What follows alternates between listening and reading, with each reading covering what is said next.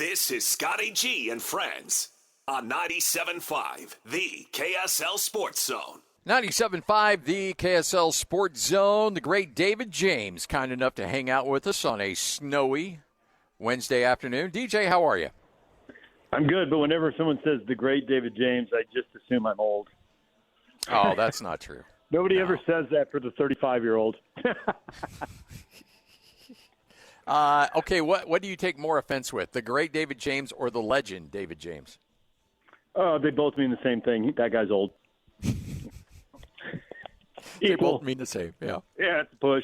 It's a push. It's a toss-up. All right, so let me restart this. 97.5, the KSL Sports Zone. Up-and-comer David James, kind enough to join us. My best days are in front of me. He's a slow learner, but he's going to get there. Hey, man. What can BYU consider a success tonight against Arizona? Like, what can a BYU fan see tonight, even if it's a loss, that they're like, okay, you know what, we're going to be all right? Well, priority one is shock the world. Priority two, it's going to be on ESPN. A lot of people are going to see it.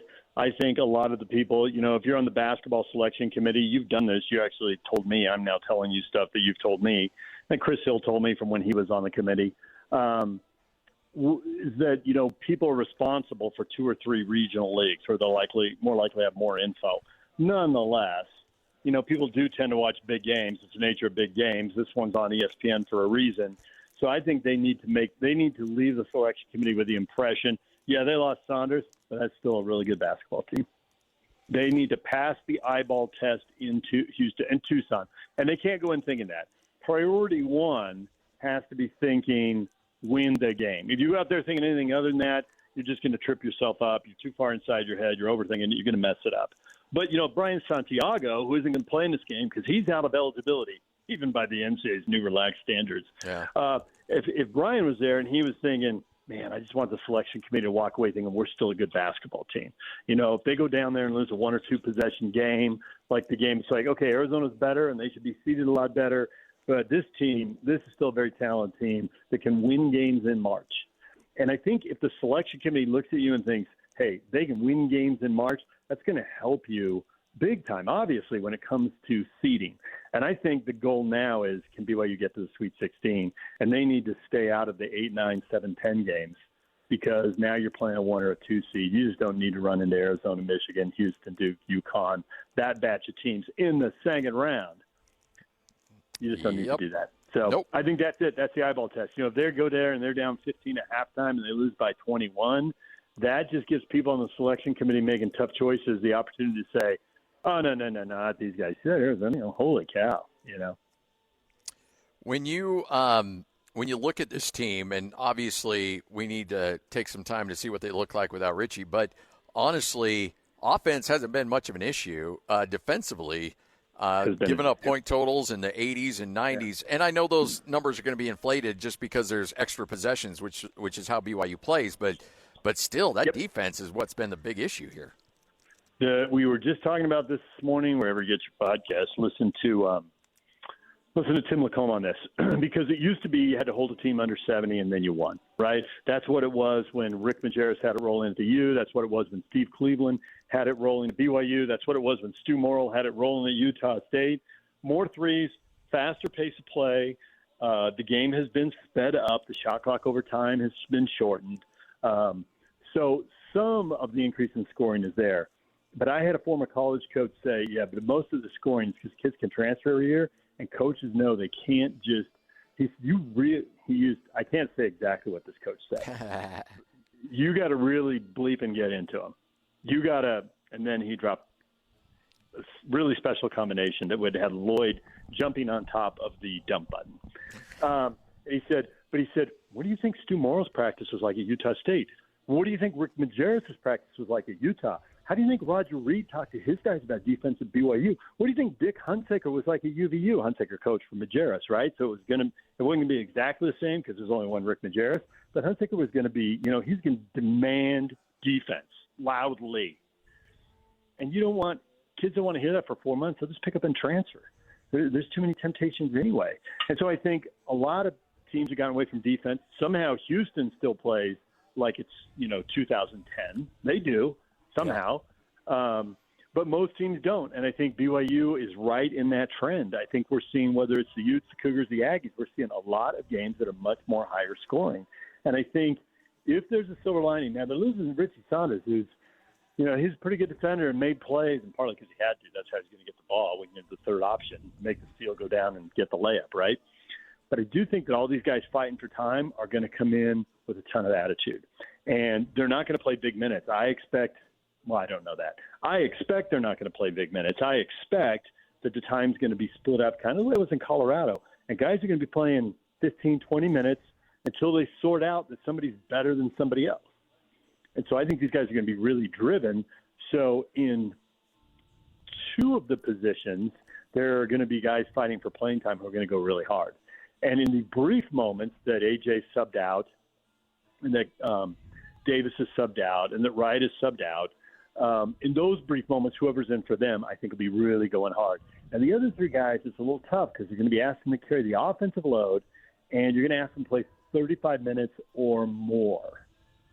So you got to be a little realistic. I mean, you can scream for the good old days all you want, but how realistic is that? I need you to score 35 points and play 35 minutes. And by the way, really gut it out over there at the defensive end of the floor. Seems like a big ask. But I think their defense might be a little better with some fresh faces in the lineup who are fighting for playing time. So, and I want to be careful. I'm not by any means going after him, but and a lot of it's just the era in which we live in college basketball. But I'm looking at the last three games of Rob Wright. Houston, he plays 36 minutes and has 1 assist. Baylor, he plays 40 minutes and has 3 assists. Colorado, he plays 40 minutes and has 3 assists. So essentially he's got, nearly 120 minutes of basketball and has got 7 total assists. Is that, I mean, do you need to get a little bit more out of him as a point guard and not as a scorer, or with Richie out, you just need that scoring any way you can get it? That is an excellent question. I think that they are having DeBonsa initiate the offense more and more. I like that concept, not just as a concept, but I like the way it's literally played out, because they are, whether they're cheating towards him in the zone, whether they're flat out trying to trap him, whether the help defender is jumping, thinking, I can leave this guy over here, but we can't let DeBonsa beat us, because that's what coach has been preaching for the last 3 days. AJ's such a focus that it feels like just as he crosses half court, he starts to pull the defense out of shape. And so Wright's now getting the ball in a position where it's going to be easier for him to break down a defense and score. So I'm okay with the shots going up. And now to your point, he still has to have his eyes open for, like, when can I throw Kate a lob? When is Davis open for a 3 with his feet set? And now that these guys are only playing 15 minutes, when do I get them an easy bucket? Because he could probably throw his body in there and contort himself and loft the ball up over a shot blocker high off the glass and get it to go. We've seen that happen, but we've also seen the shots get blocked. So if you have some guy who's new to the rotation and you have a chance to get him a bucket, do it. I don't care if you throw it ahead a little on a break when you think you can beat the one defender in a 2-on-1, or when you're driving to the hoop. I think he needs to look for that to get these guys who are going to either A, be playing when they haven't been, or B, going to play real minutes when they've been playing like 5, and now they're going to get 15 or 20. Get them some easy buckets. So it's almost I'd like to sit next to you possession by possession, Scotty, and going, I'm glad he went there. I'm like, oh, he needed to pass there. I think it's really a case-by-case basis. I think to your point, 7 in 120 minutes, you could probably use a little more. Now he's been on fire, Yeah, so I mean, you look at that call. Goes out and goes, if you're going to go 13 of 20 or 14 of 20 in a game, whatever he's done in these big games, I don't have the numbers in front of me. It's like, hey, don't take the ball out of the hand. The guy who's got it going and shooting 70%. But with 6 games going in the regular season, he's not going to shoot 70% 6 nights in a row. Or if he does, his draft stock goes way up, or his NIL number goes way up. BYU goes 4-2, 5-1, maybe 6-0. But I mean, he's on a tear. That's great. But you can't sustain this, and you need to get the other guys some easy hoops. But yeah, if those two start passing, I mean, that is what the defense wants. So they're gonna get a lot of FGAs. They need to. Utah State in action tonight. If I can hopefully get up there and call a game tonight. Utah State and Boise State, the Broncos coming in. And, Boise blew that big lead against UNLV the other day.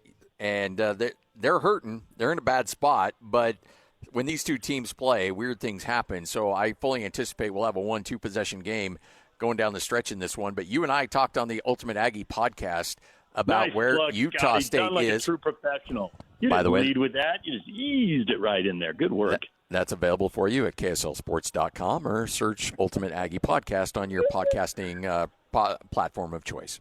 All right, so you and I spent a lot of time talking about is it okay to run up the score, which Utah State did against Memphis. Jared Calhoun afterwards said, I'm not going to apologize for it. That's the way we are living now in college basketball, where every possession matters, and when we're dealing with metrics. I had Ken Pomeroy on yesterday, and I asked him essentially the same thing. I said, did Jared Calhoun do the right thing? And Ken's like, absolutely, yes, he did. He needs to do it. I'm not sure if those 4 points get you an extra spot in the seating, but I'm not saying they won't. So, yeah, pour it on. Well, if Ken Pomeroy said that, then we have to go back and underline what Jared Calhoun said. It's a broken system. Because I think for the vast majority of us who played at any level, there is no difference in losing between 18 and 24 points. Once that thing gets over double digits, you're pretty much beaten. Now, at the three-point shot, okay, once it's over 15, you're pretty much beaten. Like, they were beaten. They were just beaten. I don't hold these standards to these guys to the same standards as pros. There were 3 dunks in the final minute. I think the third one was clearly the most egregious because you literally could dribble out the clock on 22. So, but hey, if that's the system, then you better play by the rules of the system. But it's like that really legitimately doesn't tell me anything. If you tell me, it's back to what you asked at the top about BYU and Arizona. If you tell me BYU plays Arizona right to the end and Arizona hits a shot or BYU misses a shot, if DeBonta goes for 40 and keeps them in the game and then has some 20-footer go back because they're in front of the rim and then out, that tells me one thing about BYU. If they lose by 12, it tells me a different thing. But if they lose by 20 or 30, I don't care. At that point, you're blown out. So I don't get why that would be valuable in a system, and that doesn't make sense to me. What do we got to do to bring Grand Canyon back down to earth? Because I'm not liking them puffing their chest outs with wins against Utah State and then the Aztecs last night. You have to beat them, period. End of story. Furthermore, if I were on this Aggie team, I'd be pissed. Yeah, I know. I would still be mad about cell phones on a piece of paper produced by the school, put on chairs. Come on, man. I mean, I can sit here and talk about and argue about whether the last 3 dunks or 2 of the 3 or 1 of the 3. We could argue about that all day long. You can't argue about cell phone numbers on a chair. We all know that's wrong.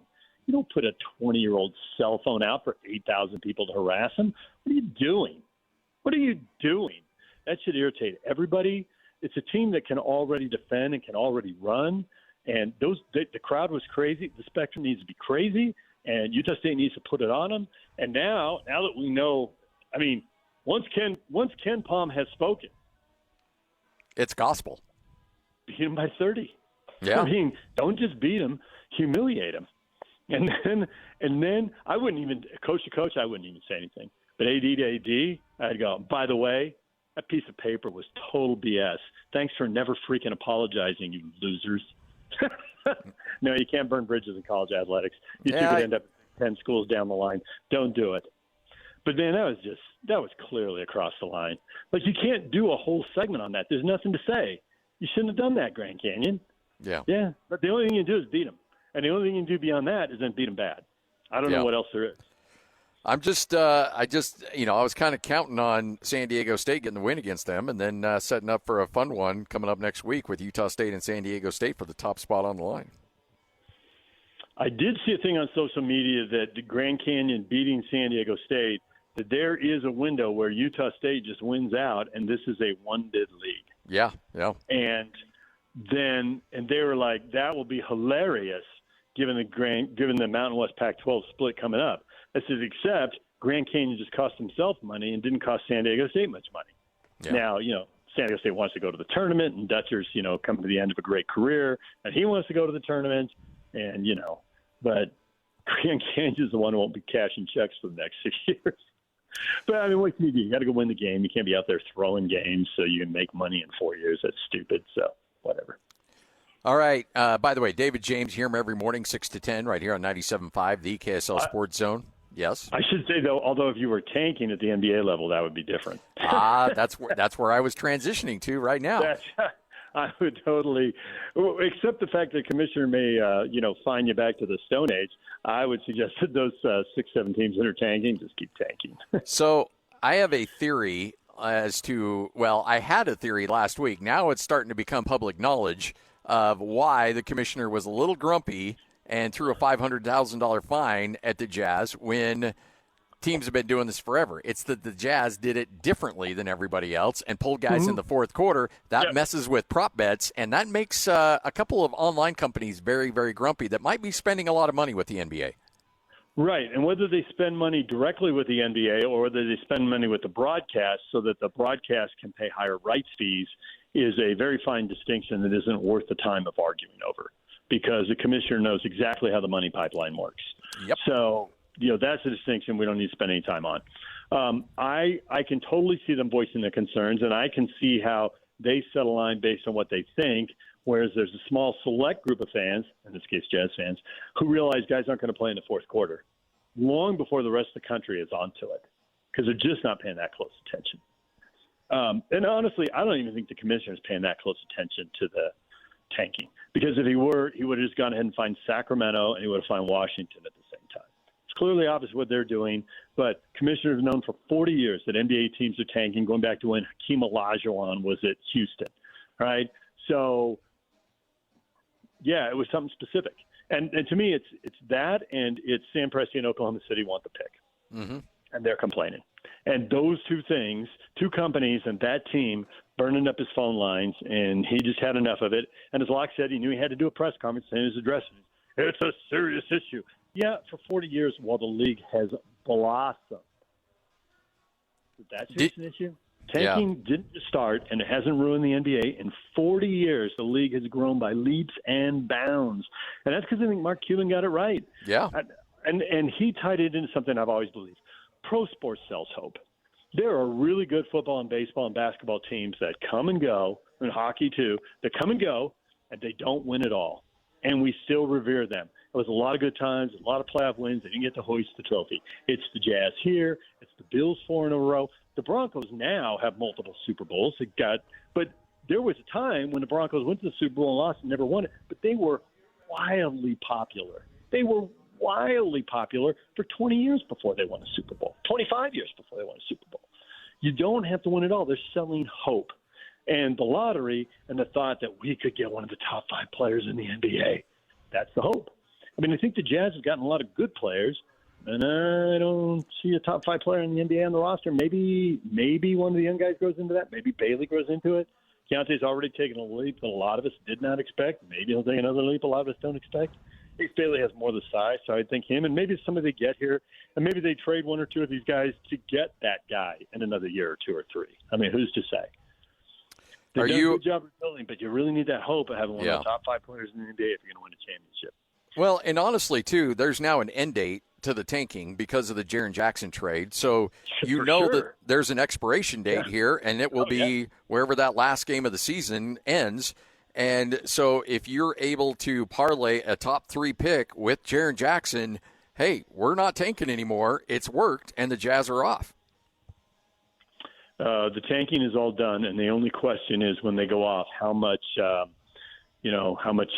are they going to have in the saddlebags, I guess, how much firepower, how many good players are they going to have, how many top 150 players do you have, because that's what you need in rotation, how many top 50 players do you have, because those guys are all going to be in your starting lineup, and then how many top 5, 10, or 20 players do you have, And so, the thought that they could get one of those guys, and the thing is that this draft, again, is supposed to be so good. Yes, you want one of the top 3 picks, but now people are like, the 4th and 5th player look like they're going to be really good.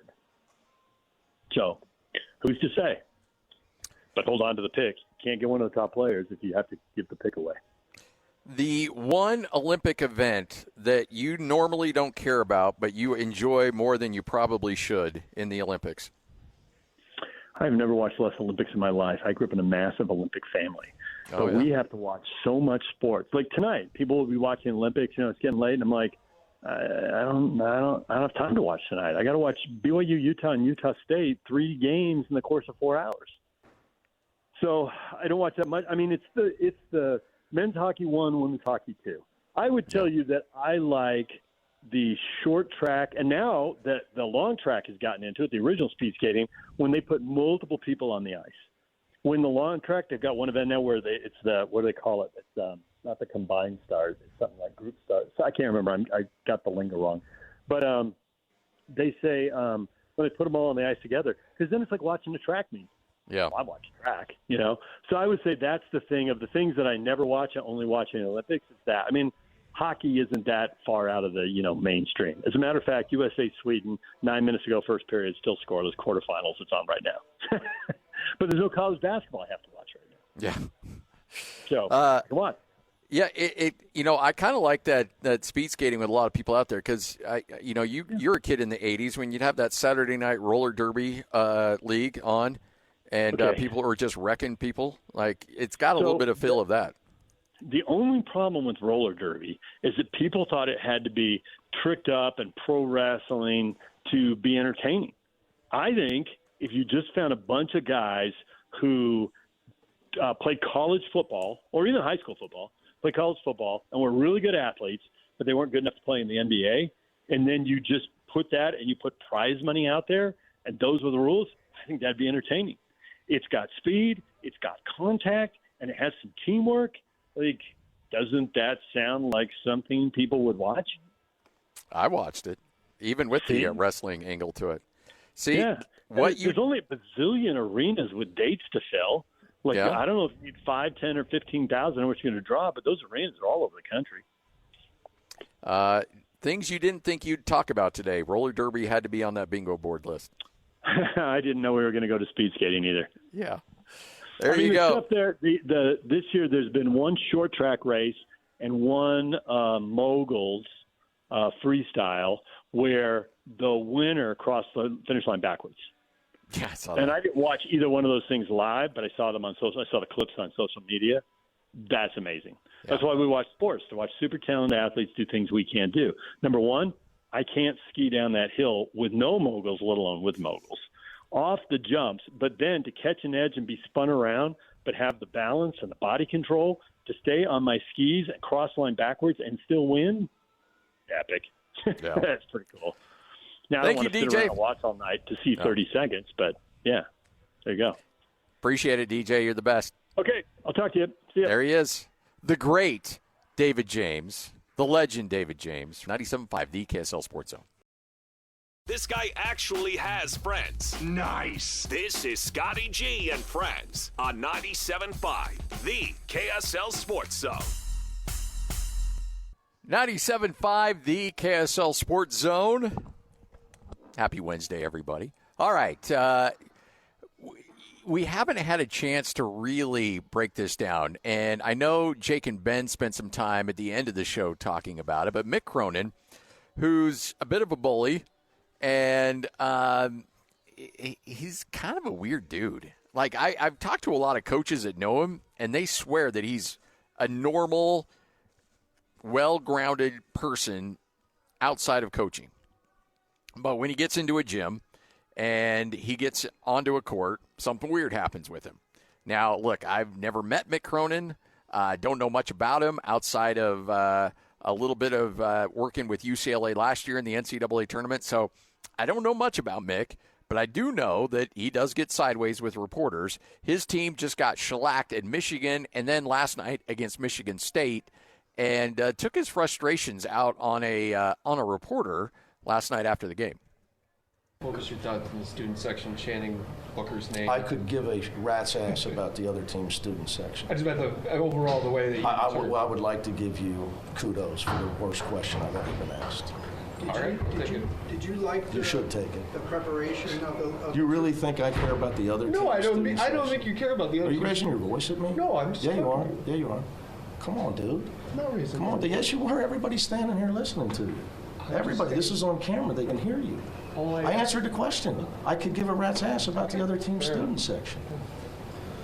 I coach UCLA. I don't care about Michigan State students. I mean, who cares? Okay, first off, that's a level 1 rule in trolling somebody. You see that all the time online. So somebody will let's just say, for example, because I'll get sucked into it. Like people have called me all kinds of stuff on Twitter, and 98% of the time it doesn't bother me. The 2% is when they kind of misquote you and they say, "Hey, Scott said this earlier today." I'm like, I never really said that. And so you fire back at somebody like, "Hey, bro, that's not what I said. I said this." And then they respond like, "Hey, I must have got under your skin. I'm really sorry. I didn't know you'd react so violently." And you're like, "No, I'm just trying to set things straight." The kid was not raising his voice. But Mick Cronin's like, "Hey, man, why are you raising your voice at me?" Like, okay, yeah, you're being a jackass, number one. That's what it all boils down to, is you can't claim somebody's raising their voice when you just called them out specifically, and then you said, "Oh, and by the way, congratulations on asking me the worst question I've ever been asked." Okay, calm it down, big fella. Your team stinks. You just got wrecked in the state of Michigan, back-to-back games. I understand. You're salty. All right, don't take it out on this dude. This dude's just doing his job. And he had a individual player who was getting called out by the student section, and he didn't react well to it. I think that's a fair question to ask. Hey, did the student section chanting this guy's name get under his skin? Did it cause his lack of performance? Were there other issues involved? How about you as a coach? Did that bother you to see an individual player get singled out by a fan base? How much of a problem was that? Those are all fair questions. All fair questions to ask. But to pull the, "Hey, you're being, it's a dumb question. You're a dumb question." The guy's like, "I don't think it was a dumb, hey, don't raise your voice at me." Come on. It's just silly. All right. You can say, "I don't give a rat's ass." Totally fine. That's, You really think I care about the other team's No, I don't section? think you care about the other Are you team. raising your voice at me? No, I'm just Yeah, you are. talking. Yeah, you are. What a bully. Just a complete and Mick total Cronin's bully. got a little bit of a Napoleon complex. I'm just going to say yeah. it. I'm just Yeah. going to say it. You said, "Hey, easy there, big fella." Mick Cronin is anything but a big fella. Yeah. Holy cow. Did you know Coach Lacombe called him Lord Farquaad today? Oh, wow. DJ and BK. Wow. It was so good. Yeah, he has a little bit of a complex. I mean, to be a jerk like that to a student reporter. I mean, we all remember, and I know you, if you were listening to Jake and Ben, they played the Gordon Monson, the thing with Jim Boylan. Jim Boylan. Yeah. With Jim Boylan, where he went at a student reporter, and Gordon defended the student reporter because and then called Gordon classless. Don't come up once up here every 2 years. Yeah. Yeah. Hey, Jim Boylan was a weird dude, man. People forget about the Jim Boylan era, and I know a lot of people try to forget about the Jim Boylan era, but that was a strange time. And yes, Jim Boylan. So here's the other element to this story that people don't know about the Gordon Monson Jim Boylan confrontation, is that yes, Jim Boylan fired off at Gordon. Gordon fired back at him, and then ultimately Jim Boylan realized you don't pick a fight with somebody who buys ink by the barrel, and so I got to make this right. Cooler heads prevailed. Jim Boylan then invites Gordon Monson to breakfast to try to mend the fences. And then Jim Boylan, Gordon Monson, they sit down, they have a nice meal, and then Jim Boylan stiffs Gordon and sticks him with the bill and says, "Oh, I forgot my wallet. Can you pick it up?" Which I don't have a problem with that, because that's a classic Gordon Monson move, is to say, I left my wallet in my Mercedes, in my Porsche, and can you go ahead and pick this up? You can expense this, right? Yeah. So if you don't know, this is the back and forth with Gordon and Jim Boylan back in the day. Coach, you started that second half missing your first 12 shots. Explain how you were feeling during that run. Like, that's how I was feeling. How am I supposed to answer that? How would you be feeling? What was the reason for the offensive inefficiency, Jim? Ball didn't go in the hoop. Why not? Ball didn't go in the hoop. Were you happy with the schemes? Next question. Coach, Don't come here once every 2 years and ask those questions. I don't want to hear that from you. I can ask the question. Good. Ask. I'm not answering it. Don't come here once every 2 years. I don't want to hear that from you. Yeah. I see you to show up. Oh, boy. Yeah, look, if you want to be salty, that's fine. You want to be upset, that's fine. If you want to say no comment, totally fine. And even if you want to fire back a little bit, like, because here's the thing. I've asked dumb questions countless times. Frankly, not a day goes by. I don't do an interview that I ask a question like, eh. But here's the thing. You got to ask. You got to get the soundbite, right? Your team missed 12 shots in a row. All right? Your team just got embarrassed in Michigan. You lost by a ton at Michigan State. So there's certain things you've got to ask because you got to get the response. So in that case, kid's like, hey, you missed 12 shots in a row. Like, what's going through your mind when you see that? You don't really care about what he's going to say. You just know you need some kind of response from a coach saying and acknowledging the fact that you did miss 12 shots in a row and why that happened and what can be done to resolve that issue. And so, yeah, you got to ask it. Now, how you ask it, that can be up to interpretation or whether it's a dumb question or not. But as a guy that asks dumb questions all the time, you know you need to get from point A to point B, and sometimes it's not the most clear-cut way in which you get there. So a lot of coaches have class, and they understand he's doing his job. I'm doing my job. Let's just get through this. I can't imagine how many times, whether Tim Duryea, Danny Sprinkle, Craig Smith, Ryan Odom, now Jared Calhoun, have looked at me across a post-game interview and been like, this Jack A., why are you asking me that? I don't want to answer that. But all of them have been super professional and been like, okay, yeah, we get it. We'll figure out a way to get through this. There was a time where Lloyd, Utah State was playing Boise State in Boise. Now, it's somewhat ironic because Utah State's playing Boise State tonight. This was in 2020. It's right before COVID shut everything down. Utah State had that team with Sam Merrill and Namish Keita. They're in Boise. They're leading Boise by 18 points with about 3.5 minutes left. And they go through one of the worst collapses I've ever seen on a court. Boise State comes roaring back. In fact, Boise State had pulled all their starters, and it's their second string that starts hitting threes. Utah State starts turning it over, sends the game into overtime with a bucket at the buzzer to send it to OT. Utah State loses to Boise State in overtime. Crazy, horrific loss. Craig Smith, the coach of the team, and I'm going to get Craig on one of these days to kind of fill in on the show, and I'm going to ask him about this because Craig bailed me out big time. I had just seen one of the worst collapses in history, in college basketball history. And Craig comes up to the mic, and I start like, all right, Craig Smith joining us. And I look at Craig, and I go blank. Like, I don't know what to even ask him. Like, I'm like, and he just goes, I got it. And then just completely just talks about the game. But I never asked a question because I didn't even know how to ask. What do you say to a coach that just went through something like that? And he realized, okay, I get it. It was a monstrous debacle. I'll find a way to figure out this thing. You're obviously not on your game. We weren't on our game, so let's get through this together. One of the coolest things I've ever been a part of because I completely dropped the ball. It's okay for a coach to be a decent human being, even when you're going through a nasty stretch.